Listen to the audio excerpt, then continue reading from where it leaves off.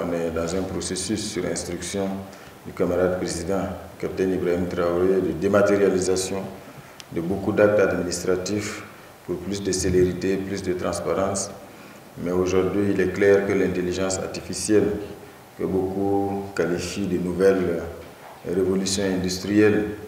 nous impose de pouvoir donc très rapidement nous mettre à niveau pour être des acteurs et non pas pour subir les différentes évolutions.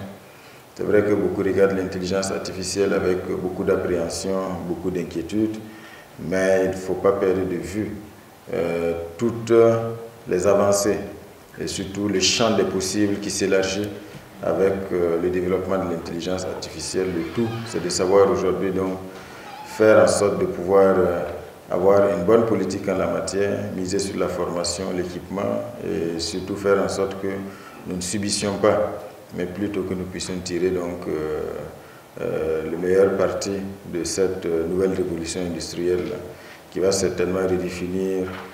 nos modes de travail dans tous les domaines.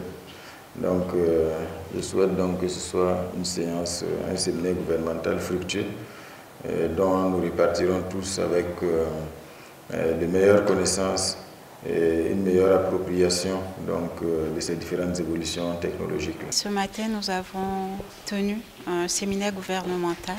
sous la présidence de son Excellence le Premier ministre sur 3 thématiques importantes dans le domaine du numérique. Le premier, c'était de présenter à tous les ministres les 12 chantiers majeurs de la transformation digitale à l'horizon 2030. C'est un document qui se veut un instrument de mobilisation des parties prenantes pour la réalisation de ces chantiers-là et qui devrait permettre à notre pays de pouvoir tirer avantage de tout le potentiel du numérique, pour pouvoir également moderniser l'administration, la rendre plus performante et proche des usagers, et également s'assurer que les nouvelles technologies comme l'IA sont intégrées dans nos politiques sectorielles pour pouvoir booster les différents secteurs socio-économiques de notre pays. La deuxième thématique, c'était justement une communication sur l'IA, sur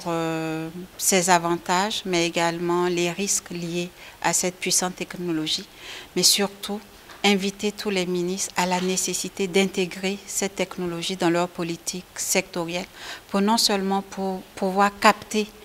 l'énorme potentiel que représente cette technologie, mais prendre aussi les mesures et mettre en place des mécanismes pour limiter et réduire les menaces liées à cette technologie. Le troisième point, c'était le bilan sur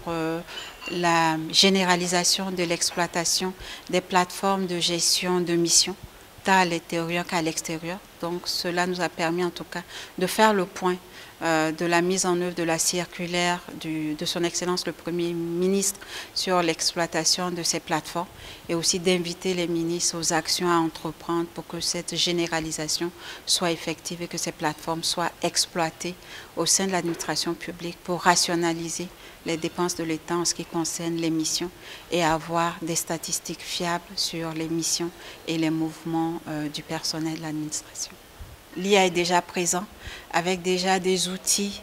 qui sont en train d'être mis en place, notamment avec la DGTI, pour pouvoir donner des alertes en temps réel sur les accidents de circulation. Nous avons également des travaux en cours avec certaines structures, la RTB pour la traduction dans nos langues. Et ce sera des outils très importants pour l'enseignement, mais également pour la démocratisation de l'information. Nous travaillons aussi avec le ministère de la Santé qui envisage très bientôt la mise en place d'un centre d'intelligence sanitaire pour justement utiliser l'IA pour une meilleure surveillance de la santé de nos populations et également des outils d'aide à l'amélioration justement des services de santé. Aujourd'hui, le défi, c'est de pouvoir sensibiliser tous les acteurs à son utilisation éthique et responsable et également travailler à ce que tous les secteurs puissent l'intégrer dans leur politique sectorielle pour que notre pays puisse tirer avantage de cette puissante technologie.